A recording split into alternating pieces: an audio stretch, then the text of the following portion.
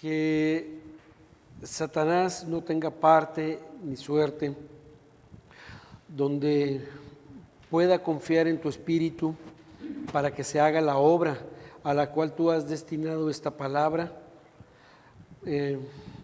Cuida, por favor, y toca el corazón para que podamos cumplir tu santa voluntad, Señor, donde podamos nosotros reconocer que lo que tú estás diciendo es para nuestro bien y para edificación también de nuestra vida y de nuestra iglesia, tu iglesia que tú salvaste con tu sangre preciosa allí en la cruz.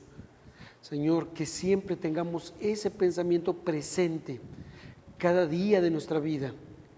Lo que tú hiciste por nosotros, tu sacrificio, tu muerte, pero también tu resurrección. Señor, está todo en tus manos, en tu divina voluntad, por Cristo Jesús. Amén.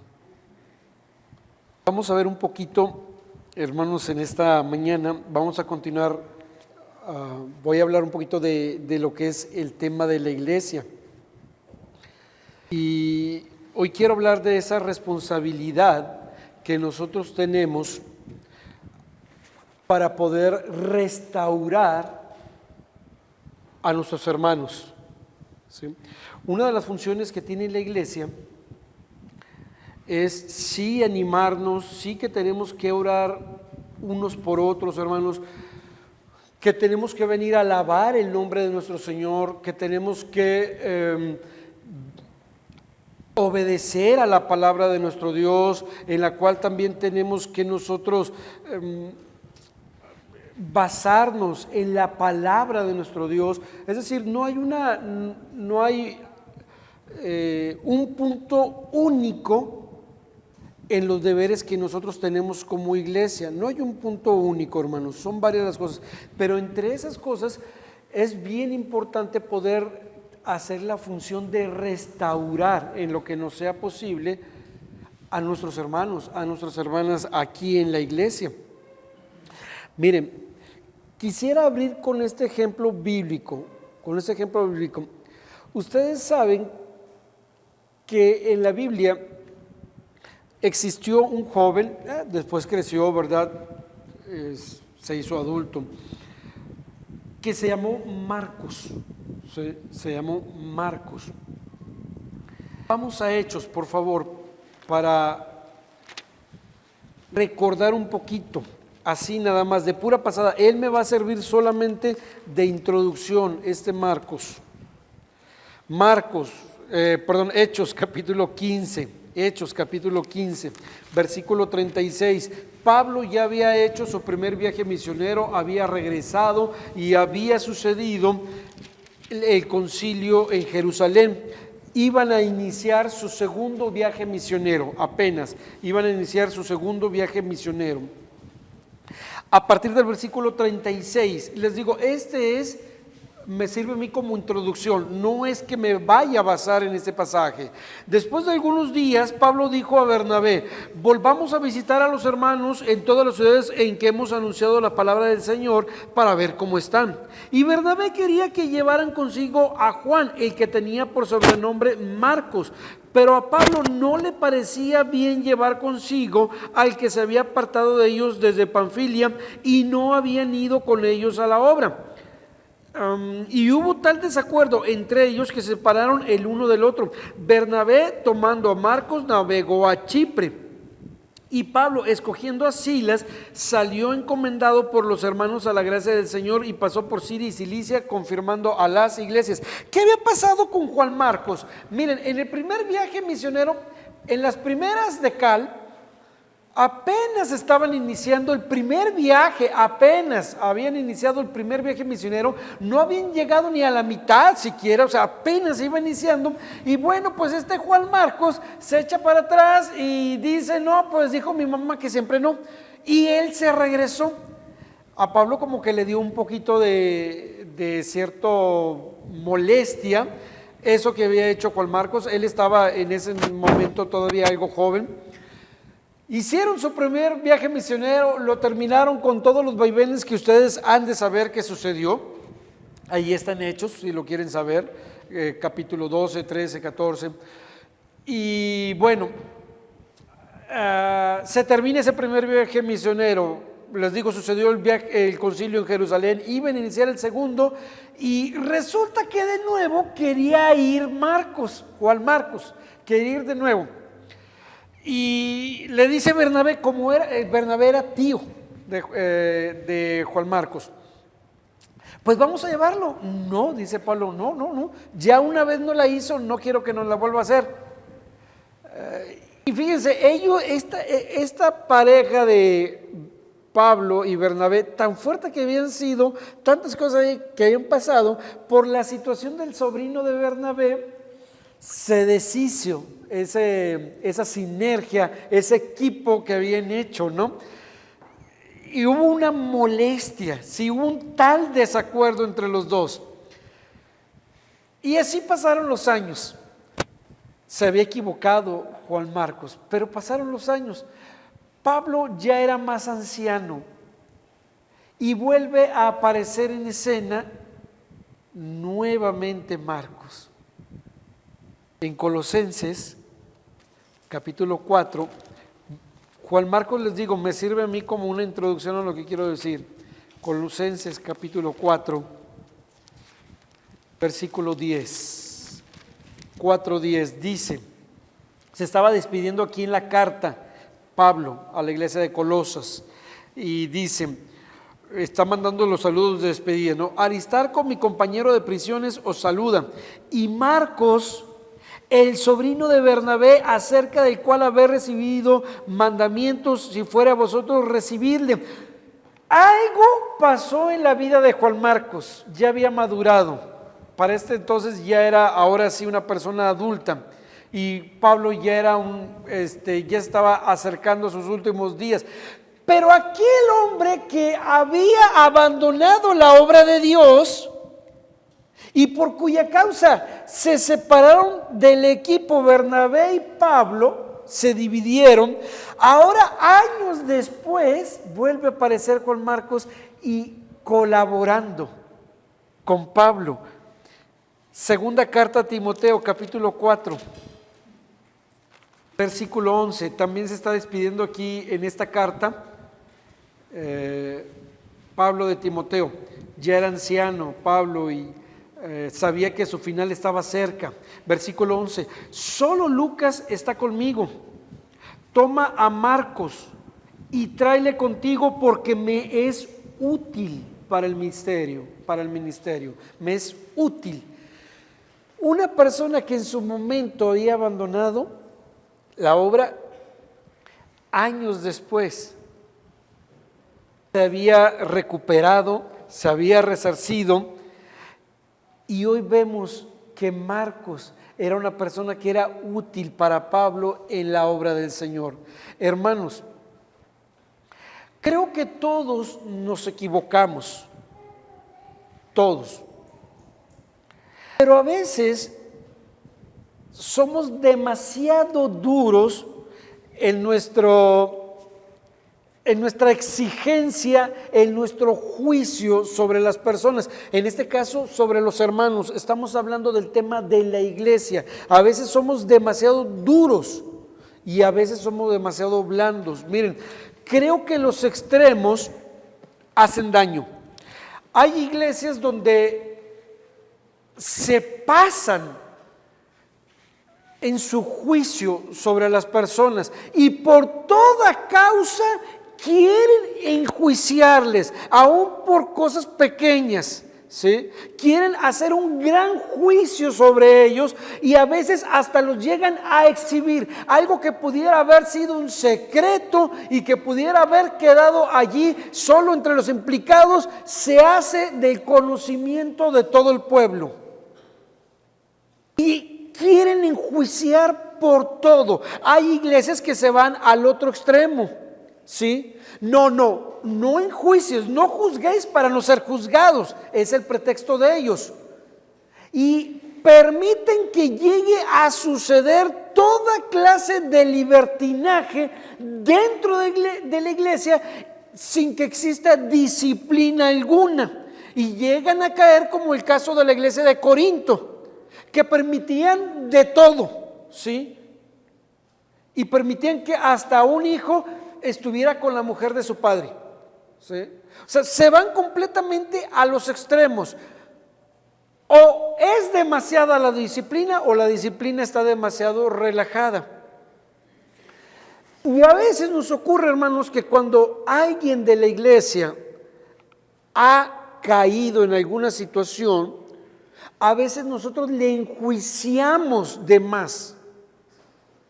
Y creo que una de las labores de la iglesia, hermanos, es la de restaurar. Bueno, a final de cuentas el que te va a restaurar es Dios. Pero mucho de ese trabajo nos corresponde también a nosotros como iglesia. Me acuerdo de una ocasión. No conocen ustedes a las personas, pero sucedió también en otra iglesia donde estaba. Había una parejita de novios, ¿no? Una pareja de novios y bueno, pues se adelantaron, ¿sí? Dicen en el rancho pasó lo que tenía que pasar, ¿no? Entre la parejita de novios.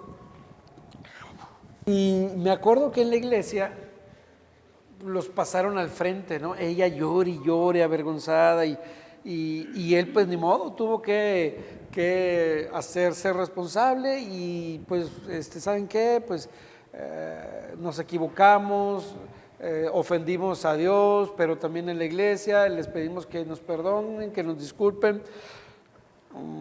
Bueno, yo no quiero decir si eso estuvo bien o si estuvo mal. Lo que digo es esto: una vez que haces ese tipo de exhibición, corres este grave peligro. ¿Por qué a esta pareja la exhibes porque tuvo relaciones sexuales sin estar casados?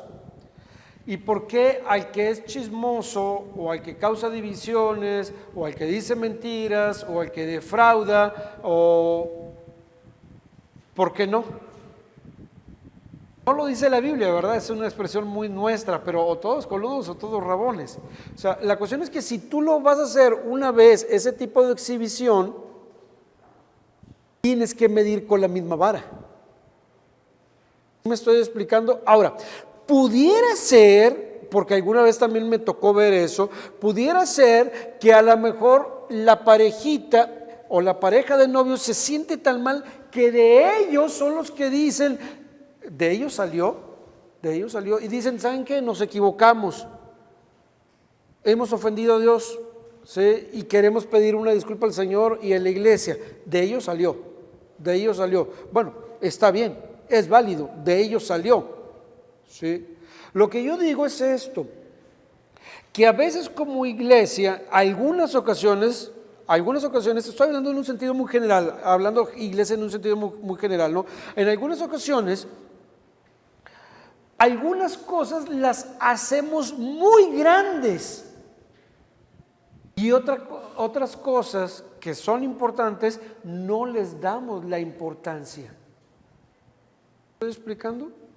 ¿Qué acaso el que anda en chismes no daña?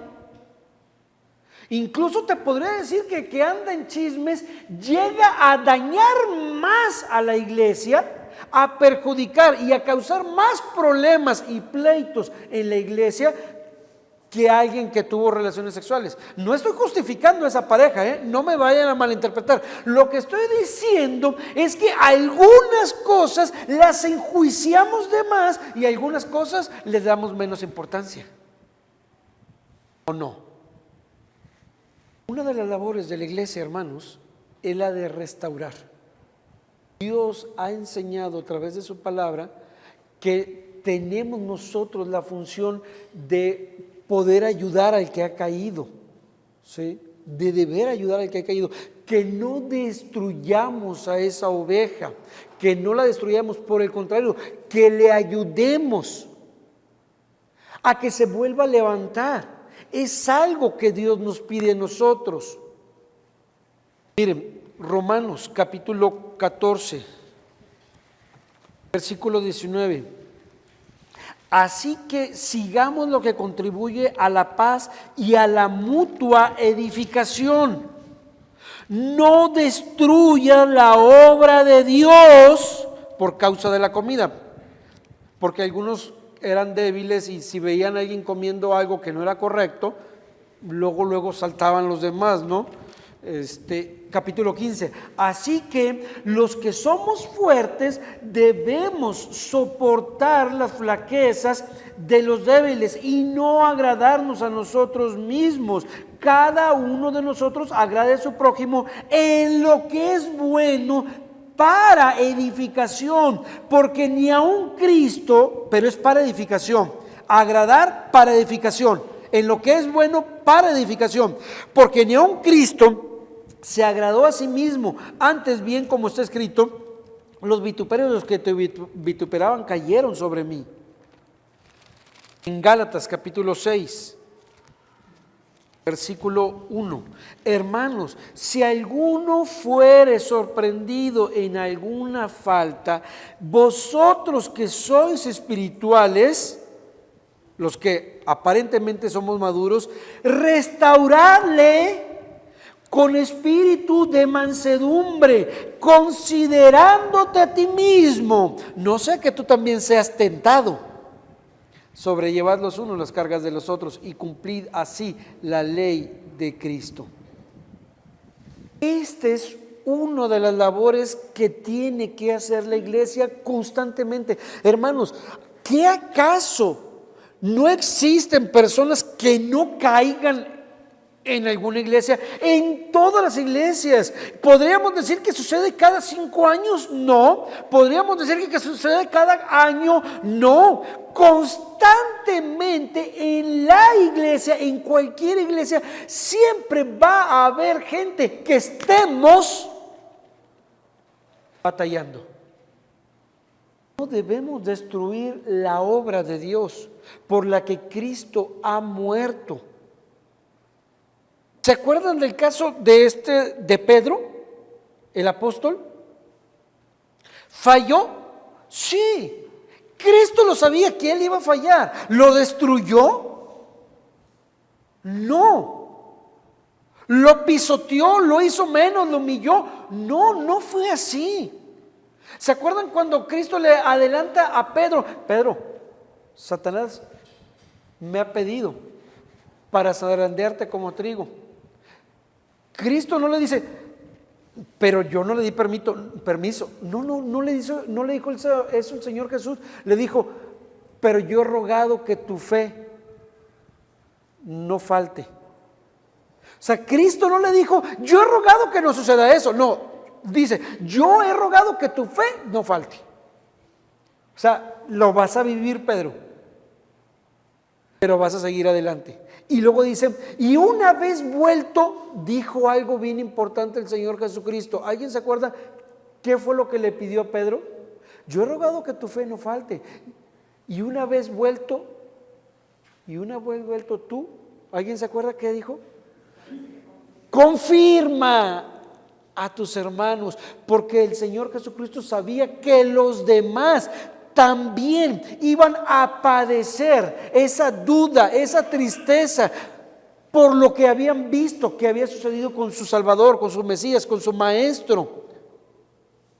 ¿Se acuerdan? Y eso fue la labor que empezó a hacer Pedro. De hecho, Pedro fue el que tomó la batuta, junto con Juan y Jacobo, pero sobre todo Pedro, allá en el libro de Hechos de los Apóstoles. Sobre todo a partir de la mitad del capítulo 1 y capítulo 2 y sigue, y Pedro fue el que lo hacía. Había fallado Pedro, había fallado, pero el mismo Señor Jesucristo le dijo, una vez vuelto confirma a tus hermanos, yo he rogado que tu fe no falte. Si Él falló, ¿por qué yo esperar que mi vida y que la vida de mis hermanos no vaya a suceder así? Hermanos, una de las labores de la iglesia es la de restaurar, considerándome primero yo. ¿Por qué? Porque ¿quién soy yo que a mí me exima, me libere también de tener errores? Todos tenemos esa posibilidad, pero lo hago el sobrellevar los unos las cargas de los otros, porque esto fue también lo que hizo el Señor Jesucristo. Sobrellevó nuestras cargas, cumplimos así la ley de Cristo, la del amor, pero lo hago porque entiendo que Él sobrellevó también mis cargas, me perdonó y me sigue perdonando. Hermanos, miren, ¿cómo somos nosotros los humanos, los cristianos? Que les digo que algunos errores les damos más peso que otros. Les voy a poner una pregunta a manera de reflexión. No la vayan a contestar, por favor. Es solo a manera de reflexión. Cuando sabemos de una persona, de un hombre en este caso, que quiere servir a Dios, o ya está sirviendo a Dios y resulta que cae en un pecado de fornicación o adulterio. Pregunta, esa sí me la contestan, esa sí me la pueden contestar. ¿Eso lo desacredita para el ministerio? Sí, abiertamente, sí, eso lo desacredita para el ministerio, hasta que Dios lo restaure. Y sabemos de ese hombre, que les digo, ya sea antes de servir al Señor, cayó en ese pecado, o después, o ya está sirviendo al Señor, y decimos, no puede. Y es cierto, no puede. Por lo pronto en ese momento, en ese tiempo, no puede servir al Señor por el pecado en que incurrió. Pero yo pregunto, ¿y acaso es el único motivo? Que todos le pongamos el dedo y decimos, no puede. Pero ¿qué pasa de aquel nuevamente que es chismoso?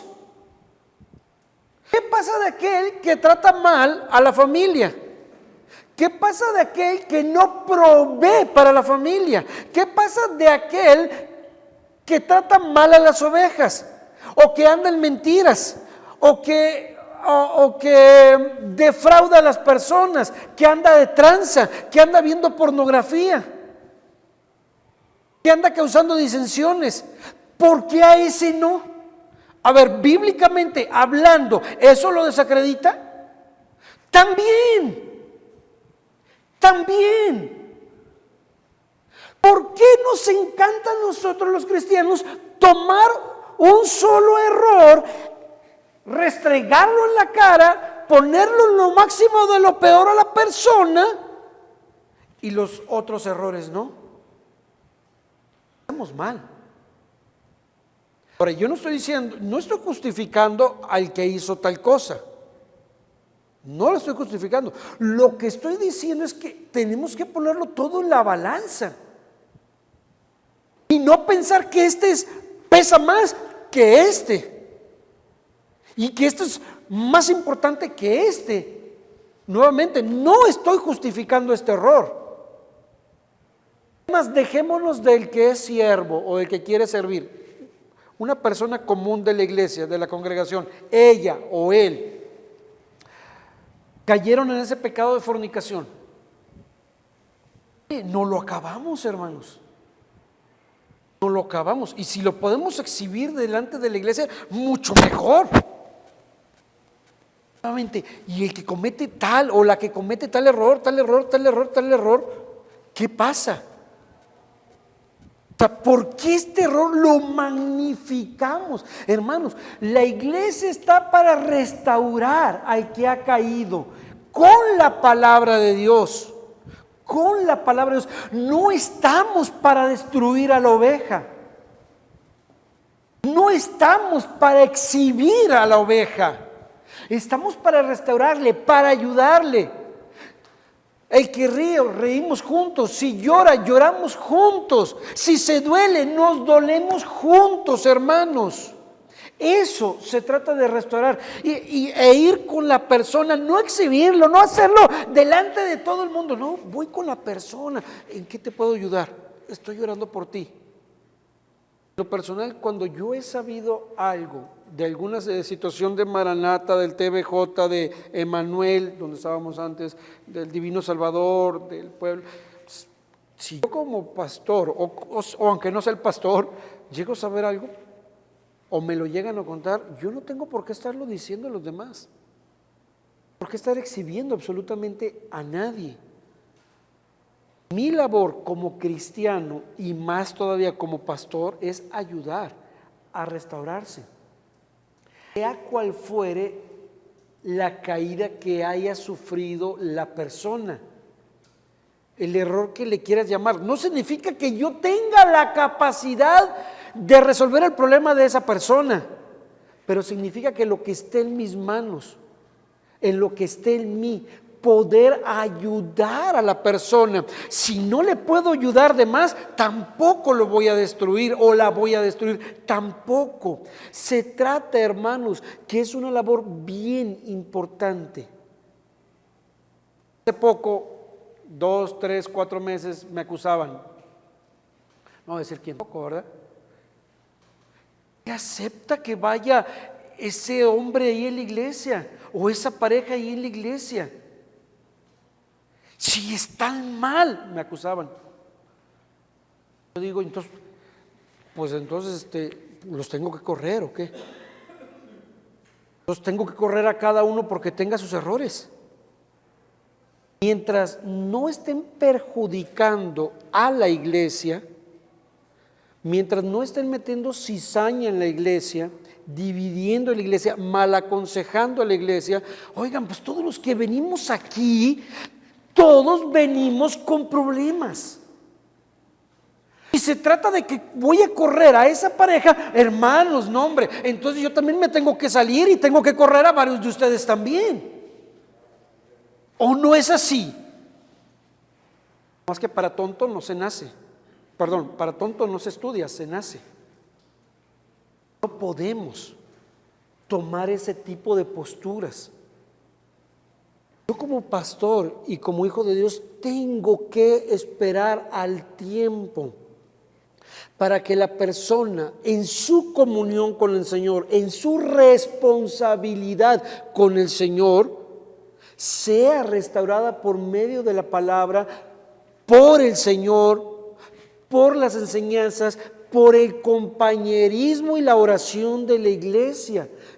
Eso sí tengo que hacer yo. Si una persona está causando problemas, yo tengo que esperar, o no sé, vamos a suponer que esta persona le robó a alguien.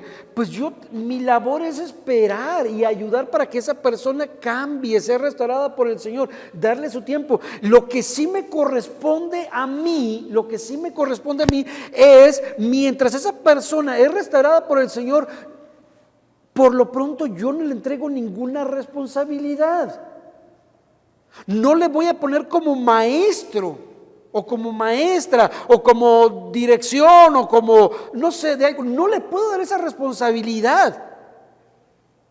Pero tampoco lo voy a pasar aquí al frente para exhibirlo delante de todo mundo y darle sus 2, 3 cachetadas, ¿verdad? Y 2, 3 latigazos, ¿y por qué lo hiciste? No puedo hacer eso.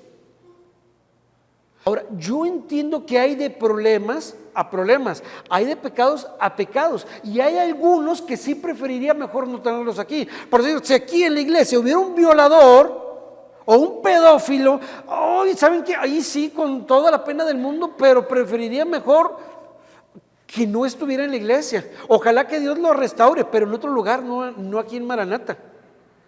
¿Sí? O sea, sí desearía que lo restaurara el Señor. A lo mejor yo estoy pecando de poco amoroso y de poco paciente, pero cuando es un pedófilo, un violador de niños, o un violador de mujeres, lo que sea, no tiene que ser necesariamente de niños, híjole, o sea, ahí sí yo me sentiría tremendamente preocupado, porque estaría poniendo en una posibilidad de riesgo al resto de la iglesia. O sea, no crean que son cosas que a mí se me escapan, pero estamos hablando de que son situaciones tan particulares, tan peculiares, tan extremas que la mayoría de las situaciones no son así. La mayoría de las situaciones es que nosotros como iglesia, hermanos, tenemos la labor, la tarea de actuar con paciencia, de restaurar a la persona. No se trata de apapachar el pecado. No, no vamos a apapachar el pecado. No le vamos a aplaudir y no vamos a decir, ay hermano, usted es tan golpeador de mujeres, ojalá que Dios le... No podemos hacer eso tampoco, ¿verdad? Pero lo que está en nuestras manos, orar. Si tuviéramos que platicar con la persona, porque a lo mejor está golpeando a las mujeres, hermano, ¿qué pasó? Eso no es de un cristiano, no puede hacer eso, no lo vuelva a hacer. Le ruego en el nombre del Señor que no lo vuelva a hacer, porque si usted lo hace, mire, a mí me va a doler mucho, pero lo voy a tener que acusar con la policía. Pero antes hablaste con esa persona y le dijiste, está mal, no lo haga. Arrepiéntase. No engañes a tu esposo, no engañes a tu mujer, no lo hagas, por favor, te lo ruego que no lo hagas. No vamos a apapachar el pecado, pero también no se trata de destruir a la oveja. Miren, Santiago, por favor, capítulo 5, 19. Hermanos, si alguno de entre vosotros se ha extraviado de la verdad y alguno le hace volver, sepa que el que haga volver al pecador del error de su camino, salvará de muerte un alma y cubrirá multitud de pecados. Esto es lo que nos corresponde hacer también, hermanos. Cuidar, restaurar a los que en su momento les ha tocado caer. ¿Por qué? Porque piensa esto, lo que decía Gálatas, considerándote a ti mismo, no sea que tú también caigas. O, ¿se acuerdan del texto que dice, el que piense estar firme, mire que no caiga? Decimos aquí en México, hoy por ti, mañana, ¿verdad? Tú no sabes si la persona que ahorita te está tocando a ti ayudarle, tenerle paciencia, tenerle amor, estar orando por ella, tú no sabes si el día de mañana esa persona va a tener que tenerte también a ti paciencia, orar por ti, restaurarte, tratarte con amor y al mismo tiempo con firmeza. ¿Por qué hacer esto? Porque esto fue lo que hizo el Señor Jesucristo. Nos restauró, nos soportó, llevó nuestras cargas, llevemos las cargas los unos por los otros. ¿Por qué llevó nuestras cargas? Porque nosotros, al reconocer nuestro pecado, depositamos nuestro pecado en el Señor Jesucristo para que nos perdonara, para que nos limpiara de toda maldad, de todo pecado, y entonces poder ser hijos de Dios, poder darnos la salvación, porque es en Cristo. Él sufrió en la cruz. Hermanos, significa que nosotros no vamos a sufrir aquí por los demás hermanos. Decía Pablo, hermanos míos, amados, por quien vuelvo a padecer. Y sufro hasta dolores de parto, decía Pablo, por vosotros. Hermanos, ¿qué acaso nosotros no hemos de padecer también por nuestros hermanos, nuestras hermanas? Claro, pero con amor, con paciencia, con firmeza, con la palabra, en lo que es bueno para edificación, en lo correcto, no apapachando, pero sí en lo correcto. Hermanos, yo tengo el deseo de que Dios sea el que restaure la vida de cada uno de los que estamos aquí cuando fallamos. Yo he sido testigo cómo Dios ha trabajado en la vida de muchos de nosotros, de los que estamos aquí. Y hoy podemos estar también ayudando, pero también deseo que Dios siga restaurando la vida de los que siguen batallando. Ustedes nunca lleguen a pensar, le tiene coraje, no lo quiere, lo hace menos o la hace menos. No, lo que hago es dar el tiempo, como lo tuvo en su momento Juan Marcos. Intento también dar ese tiempo a la persona, ¿sí? No puedo dejarle tal vez en ese momento una responsabilidad tan grande, pero no significa que tengamos que separarnos, que ya no le tenga que dirigir la palabra, eso no. Significa que le tengo que dar su tiempo a la persona y en lo que la persona lo permita, intentar ayudarle. Y digo lo que la persona lo permita, porque a veces la persona dice, no, no te me acerques, no, no te voy a decir, no, no me digas nada. Pues está bien, ni modo, ¿qué le hace uno, verdad? No, no me voy a entrometer en lo que tampoco soy llamado, pero intento dar el tiempo, que sea Dios el que vaya trabajando en tu vida, mientras que nosotros como iglesia ayudamos con el compañerismo, con la oración, con la palabra, con las predicaciones, con el tener paciencia. No destruyamos a las ovejas, a la obra de Dios, hermanos. Tengamos cuidado. Si el Señor lo hizo con nosotros, contigo, hagámoslo también nosotros con los demás, hermanos. Y si a ti te ha tocado caer, te ruego en el nombre del Señor, ve al Señor. Él es el que limpia todo tu pecado, toda tu maldad, tus fallas, es el que te da la paz nuevamente, es el que te restaura, es el que te levanta, como dice en Isaías, y te hace volar como el águila, te dice. Alas como de águila para que vueles en lo alto. Es Dios. Si algo pudiéramos nosotros servir, ojalá lo podamos hacer, pero intento eso.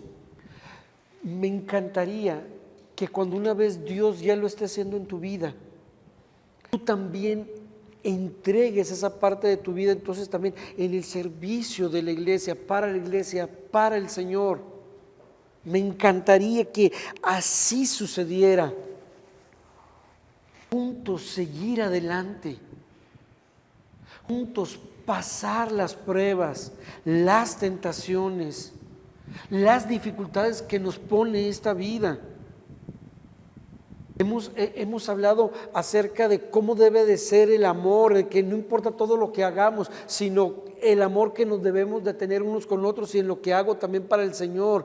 Hemos hablado de cómo tenemos que perdonarnos unos a otros. Hemos hablado, por decir el domingo pasado, del compromiso que debe de existir hacia la iglesia del Señor, que salgamos de ese sueño. Y luego este miércoles hablamos de Santiago, cómo es que tenemos que servirnos los unos a los otros. He estado intentando llevar poco a poco los pasos que debemos de tener para la iglesia, y en eso entra también esa restauración. Yo sé que no puede haber una vida perfecta, pero si tú el día de mañana quieres servir al Señor, es porque has estado entendiendo que debes de aplicar amor hacia las personas, como lo habíamos visto en primera carta a los Corintios capítulo 13, no importando, o sea, tú puedes hacer todas las maravillas del mundo, si no hay amor, nada eres, nada soy. Donde tú puedas aplicar también el día que quieras servir a la iglesia ese amor, pero también donde tú ayudes, donde tú ministres a los demás, donde tú tengas un compromiso verdadero con la iglesia, te restaures, ayudes a restaurar y a ser también restaurado en el servicio, en la iglesia del Señor. Es parte de lo que nos corresponde hacer, hermanos. Sobrellevemos los unos las cargas de los otros. Si tuviéramos que sufrir, hagámoslo también.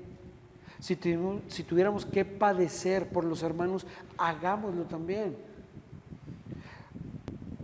Tal vez no vayan a entender la extensión de lo que dijo Pablo, pero él dijo en la segunda carta a los Corintios capítulo 13, él dijo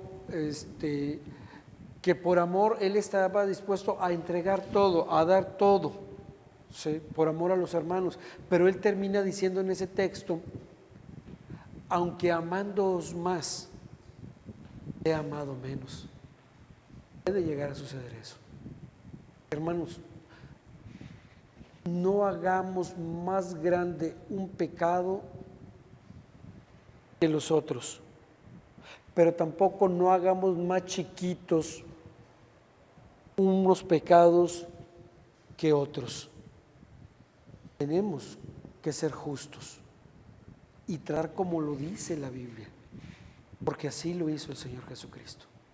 Somos hermanos, somos hijos de Dios, hagámoslo también así, hermanos. Y si alguien no ha sido perdonado por Cristo, porque nunca le ha pedido perdón, porque nunca se ha arrepentido de su pecado, te quiero decir que este es el momento.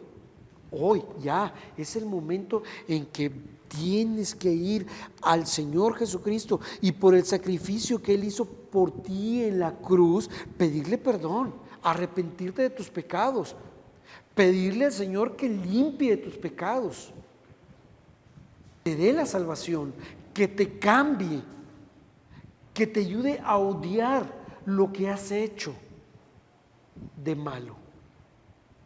Porque mientras no estés en Cristo, no va a ser perdonado ninguno de tus pecados y te tendrás que enfrentar a la ira de Dios. Te tendrás que enfrentar delante del mismo Dios. Gracias, Señor. Pero también perdónanos, porque muchas veces tratamos mal a tus ovejas y a veces enjuiciamos como si nosotros fuéramos los jueces. Y a veces también, Señor, pasamos desapercibido ciertos pecados que tú condenas, porque es conveniente en nosotros y también estamos mal. Padre Santo, ayúdanos a actuar con justicia en tu palabra, pero también ayúdanos a actuar con amor y con paciencia, sabiendo que nosotros también podemos llegar a caer. Señor, fortalécenos, por favor, restaura la vida de mis hermanos, de mis hermanas que han tenido dificultades, pero también ayúdanos a como iglesia, Señor, restaurar, contribuir a la restauración en la vida espiritual de nuestros hermanos. Tener paciencia, tener perdón, Señor, para con los demás. Y que tu Hijo Jesucristo, Señor, toque el corazón de aquellas personas que todavía no han sido salvadas. Señor, que entiendan la gravedad de su pecado y que no hay escapatoria, Señor, de ese pecado hasta que no vayan arrepentidos delante de ti y te pidan perdón, mi Cristo, por lo que tú hiciste, Señor, ese sacrificio tan grande en la cruz para perdonarnos. Perdónanos, Señor, y sabemos que tú eres nuestro Señor y el que resucitó de entre los muertos. Padre Santo, que cada uno de los que estamos aquí te hagamos nuestro Señor, Señor, nuestro Salvador. Gracias por todo el nombre de Cristo Jesús. Amén. ¿Dónde está que no lo veo? ¿Es todo? ¿Quedan unos minutos? Dios los bendiga, hermanos. Estamos despedidos. God bless you.